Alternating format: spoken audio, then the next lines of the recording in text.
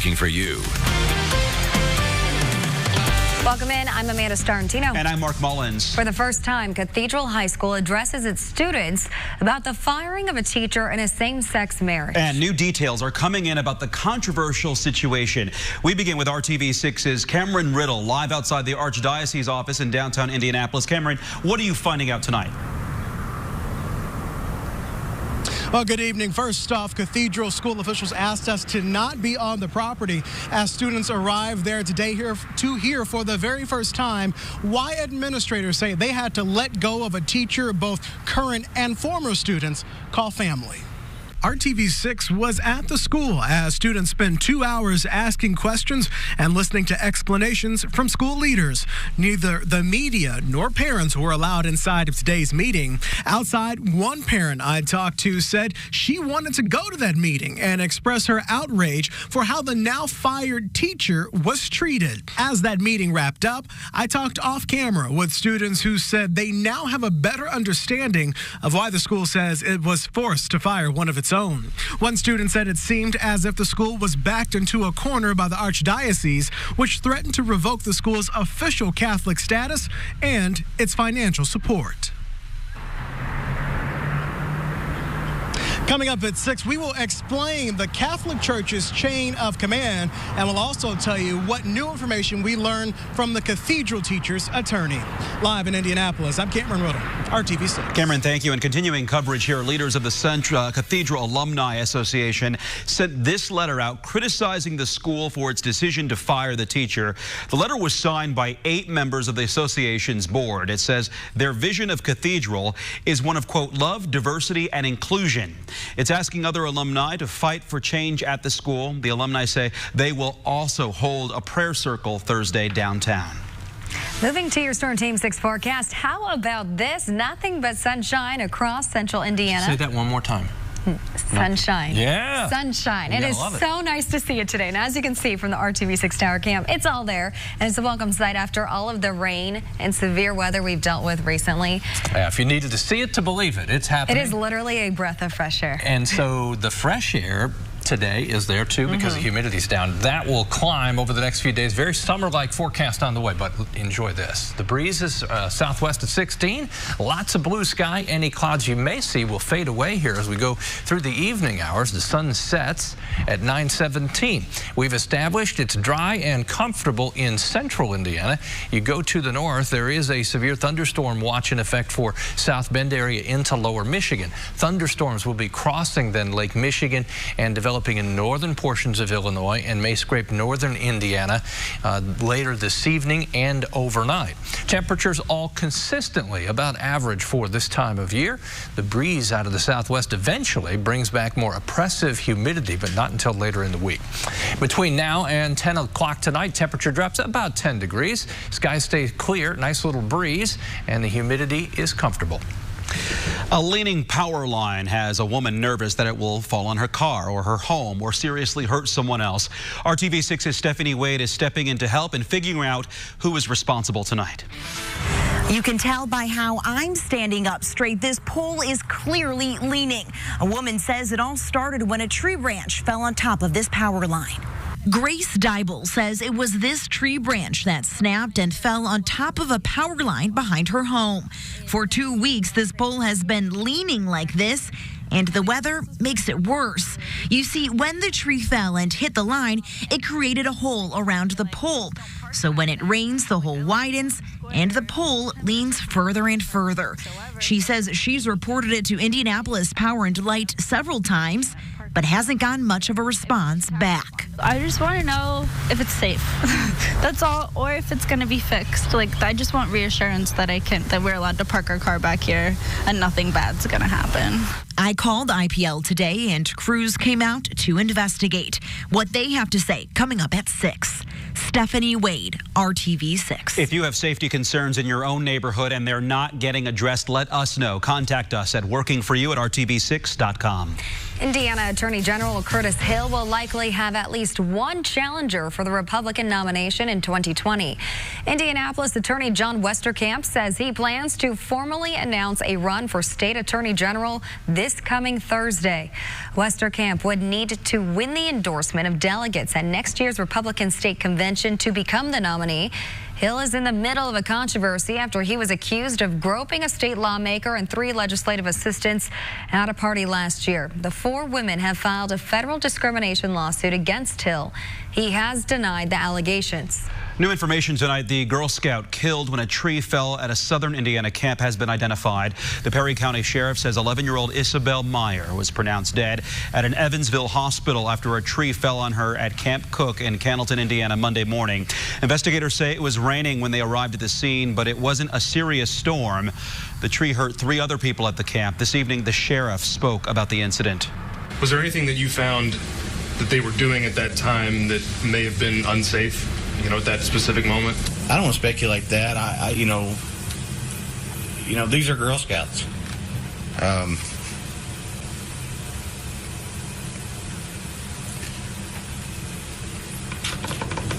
Sorry. They were there to have a good time.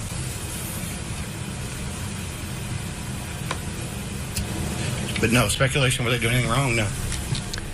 Perry County Sheriff Alan Malone says he's not certain why the 40-foot tall tree suddenly toppled, but that the ground was saturated from recent rainfall. And tonight, a 14-year-old boy is in the hospital after he fell about 50 feet down a cliff at the Hoosier National Forest last night. Indiana Department of Natural Resource officers rushed to South Hatfield Road in Crawford County around 11:30 last night for a report of a missing kid. Conservation officers say they determined the teen left the area on his ATV and had possibly traveled to the Hoosier National Forest to explore caves. While searching the area near Messmore Cliffs around 1 this morning, first responders found that the teen had fallen about 50 feet from the cliffs. DNR says the teen was hypothermic and suffered broken bones, lower back, head, and leg injuries.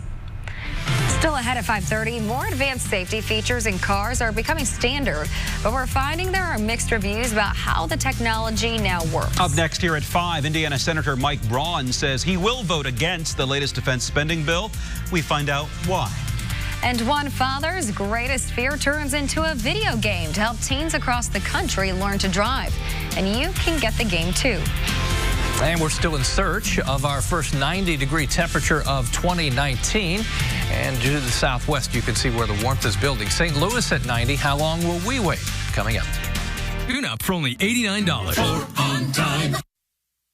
Welcome back to RTV6 News at 5. U.S. Senator Mike Braun of Indiana says defense is the #1 priority of the federal government, but he will be voting against the latest defense spending budget bill. The bill, called the National Defense Authorization Act, directs how $750 billion will be spent by the U.S. Department of Defense. So why is Braun voting against it? Well, he says the country isn't living within its means and said the budget deficits are simply too high. Defense is part of the federal government, and even though I think it's important and I think we need raises for our troops and the people that put their lives on the line, if we keep defending things that are our favorite projects without taking it into the entirety, we're not going to turn around trillion-dollar deficits. Braun's vote will likely be symbolic. The defense spending bill has passed Congress every year for decades, with only a handful of lawmakers voting against it. Indiana Senator Todd Young says he supports the defense bill. New developments in the situation between the United States and Iran. Tonight on Twitter, President Trump is threatening Iran with, quote, overwhelming force and potential obliteration. And today, Iran called newly imposed economic sanctions against their supreme leader, quote, outrageous and idiotic. We need to get to ABC's Elizabeth Herr, who is following every new development for us. President Trump striking back against Iran with threats on Twitter, writing, any attack by Iran on anything American will be met with great and overwhelming force. In some areas, overwhelming will mean obliteration. This in response to Iranian President Hassan Rouhani insulting the White House, saying the White House is afflicted by mental retardation and does not know what to do. And another Iranian official tweeting the new U.S. sanctions mean a permanent closure of diplomacy with the desperate desperate government of America. Earlier, speaking from Israel, National Security Advisor John Bolton stressed while the U.S. is open to talks, the president's position could change should Iran violate the 2015 nuclear deal by exceeding the limits of its nuclear fuel. Well, I think the president would say that all options remain on the table. Tensions have been rising since President Trump pulled the U.S. out of that international accord last year. On Monday, President Trump signed off on new U.S. sanctions designed to lock up billions of dollars in assets of top Iranian officials, citing a series of recent provocative actions by Iran. And this afternoon, the president standing firm, there is still no need for an exit strategy. When they're ready, they'll let us know. Very simple. Doesn't make any difference. Whatever they want to do, I'm ready. All of this is happening with Acting Defense Secretary Mark Esper now in Brussels, telling our NATO allies the U.S. does not want to go to war with Iran. Elizabeth Herr, ABC News, New York. And we are now learning more about the timeline for renovations at Bankers Life Fieldhouse, a project that is expected to keep the Pacers in Indy for the next 25 years. Pacers Sports and Entertainment tells us construction will happen primarily during the summers of 2020 and 2021. There will also be a 60-day shutdown in the summer of 2022.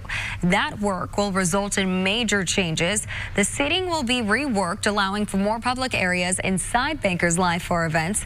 Outside, there will be an outdoor gathering space on the north side of the arena along Maryland Street. There are also plans for an outdoor ice skating rink. This will not impact any Pacers season or the 2021 NBA All-Star Game, but the Fever will need to find a new facility to play in for the 2020, 2021, and part of the 2022 season. 10 years ago today, Michael Jackson, the king of pop, unexpectedly died, but his legendary career and work lives on.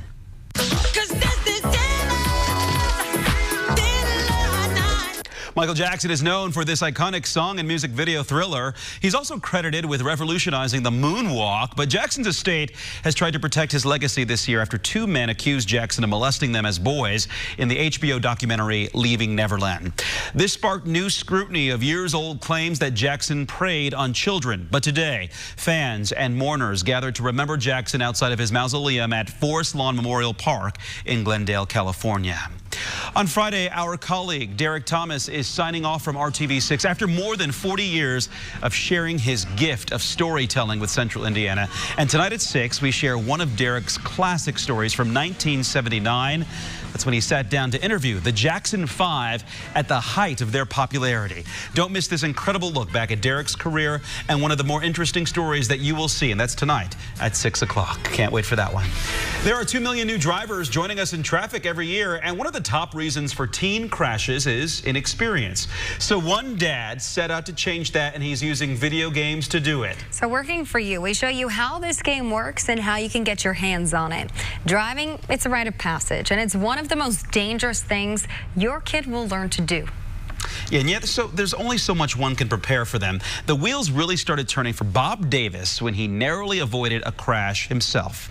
At that moment, I was immediately going to my 14-year-old son thinking, if he did this wrong, he could have just died. Enter the simulators for driver's ed courses. It exposes teens to all sorts of scenarios and familiarizes them with the rules of the road. It will throw an animal in front of you in the road sometimes. Which lane am I supposed to be in? Which lane am I supposed to turn into and taking a left or taking a right? Yes, I do think it helps. Now, any kid with an Xbox or a regular controller can download the Driving Essentials XE program. Instead of rewarding risk, these games give points to encourage good habits like checking mirrors and ignoring distraction on the road. Driving Essentials XE is $39 through Microsoft for an Xbox. They're working on adapting for PlayStation 4. And a change if you plan to go to any Colts games this upcoming season. For the first time, kids 2 years and younger will get into Colts games for free. They will not need a ticket. The team says this will make it a bit cheaper for young families and allow parents to create memories with their children. So that story about driving gave me a flashback to driver's ed. We had simulators back in the early 80s. Right. Yeah, and I remember this IPDE principle, they call it: identify, predict, decide, and execute. Those. So and it stuck with you. Can you remember it today? Yeah. Yeah. And you know what? The professional drivers, too, that we see on the IndyCar track, they all use simulators themselves. Right. So Mark, I'm going to do the weather, but tell her I'm a professional driver. I'm very good. Driving this forecast right now. All right. Thanks. All aboard. All right, this is a daylily. I have an app that identifies flowers, and it confirmed it for me. Daylily, open to the sunshine. You got to love that. And Amanda just tried to get a picture of it. It's too late. Wednesday, Thursday, on through the weekend, our chance for rain is there, but it's very low. I just want to drive this point home. We're talking about temperatures coming up and rain chances going down. We're not eliminating. We're not saying there's no chance for rain, but it's very low, and you should be able to just go about your activities. 84 in Kokomo, that's a current temperature. Humidity is comfortable everywhere in central Indiana. 86 in Bedford, that's one of the warm spots. We'll all be consistently in the upper 80s for several days in the 7-day forecast. Say hello to Pearl and Bart. Tracy Smith sent in this picture, and I've got a dynamic duo. They actually match their names, really. Pearl and Bart. And I like they're looking at us right now. And the snowflake blanket there, we don't need that for a while. Temperatures in the 70s as we get closer to sunset, and it will be comfortable. To send in your dog's pick to kevin.gregory@wrtv.com, and I'd be happy to take them for a walk during my evening forecast. To the north, the chance for a thunderstorm coming out of Iowa. If these hold together, Lafayette, Peru on north during the overnight hours may have a shower or thunderstorm. During the day tomorrow, temperatures warmer than we are today by a handful of degrees. The breeze out of the southwest at 10. Any chance for thunderstorms really starts to fire up probably after 4 o'clock in the afternoon. TrueCast confirms that. Not much happening first half of the day. When the temperatures warm up after 4 o'clock, there we go. Isolated showers and thunderstorms to the north. That's why we put in a 30% chance for thunderstorms. Thursday, temperatures a little warmer, rain chances lower, 20% or less. Temperature moves closer to the 90-degree mark. September 20th of last year is the last time that our temperature hit 90 degrees. And you see, we'll be very close to it on a daily basis going through the 7-day forecast.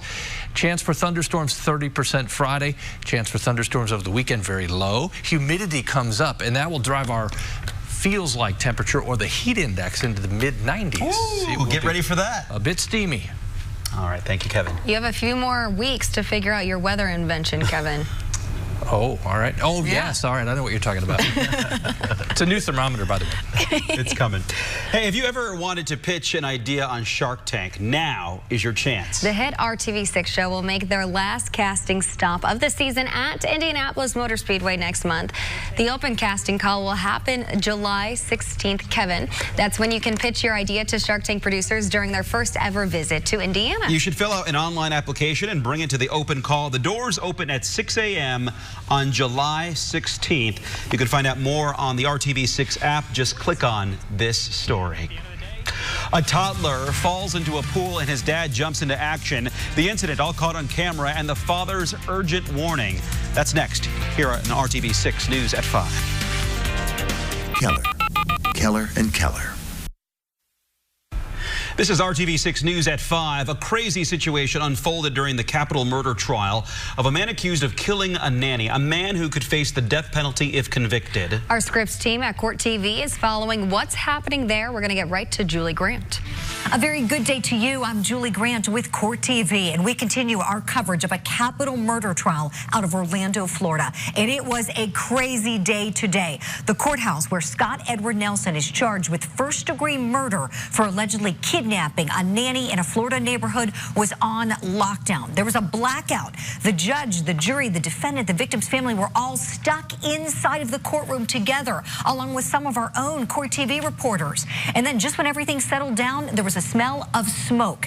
Deputies called, investigated the cause. The fire department came. The judge went back on the record. We will continue updating you on this trial throughout the day here on Court TV. The victim in this case is Jennifer Lynn Fulford. She was brutally killed. Prosecutors are wrapping up their case against Scott Nelson, and his life hangs in the balance. No word yet on whether the defense will choose to present a case. We'll bring you gavel-to-gavel coverage of this compelling criminal trial right here on Court TV Live. I'm Julie Grant. Now back to you in the studio. Julie, thank you for that report. And don't forget, you can stream Court TV 24/7 at courttv.com.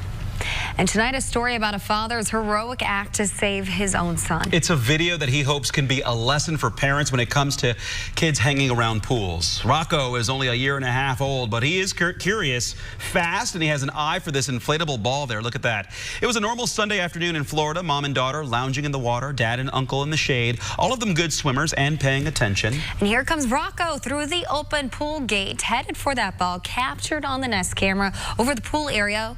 Rocco walks along the pool's edge trying to grab that ball. He falls in, and his dad jumps up from his chair, sprints towards the pool, leaps headfirst over the pool fence and into the water to rescue his kid. The second you see it, I mean, you get Superman strength and just have to go for it, you know, whatever you got to do. Rocco's dad says he would never let a 4-foot fence get in the way of saving his son, but he will make sure in the future the fence gets in the way of his son falling into the pool. So experts say if you're jumping in after your kids, you should bring a flotation device so you don't go underneath the water yourself. Wow. All new at 6 p.m. here. It's a new effort to get kids to school with the resources at hand. How this new idea will put public transportation to the test. But first on the Now, Indy, it's summer. That means it's mosquito season, and those insects can carry diseases. Working for you, what you can do to make your yard as mosquito-free as possible. You're watching RTV6 News at 5. We'll be right back with the Now, Indy.